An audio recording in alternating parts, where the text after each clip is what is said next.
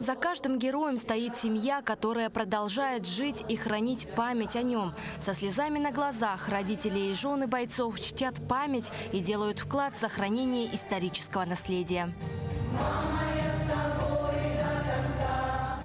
Мать одного из героев, Антонина Мачитова, с теплотой и трепетом делится воспоминанием о своем сыне. 9 марта улетел 23-го года. Находясь там, он рассказывал не про войну. Он постоянно рассказывал про природу, про то, как жили люди, про цветы он мне постоянно показывал, о том, как там все цветет.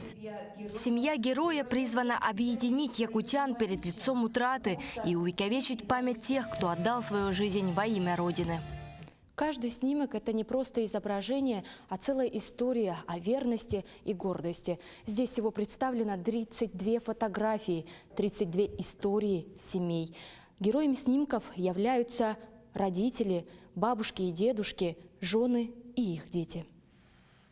Одной из тех, кто также принял участие в фотовыставке, стала Мария Маркова. Ее сын Иван Скрябин был на СВО с самого начала. Как мужчина, как сын выполнял свою миссию. Я так думаю. И что это главное, чтобы это для молодых поколений сейчас вот этот проект останется как память. Фотографом выставки стал Сергей Новоселов, который на протяжении года работал над проектом. Его цель – показать тех, кто хранит память о героях. Во время съемок он столкнулся с непростым моментом. Я немножко такую парадоксальную вещь скажу. Вся сложность была в простоте этой съемки. Вроде бы просто, а тем не менее все сложно.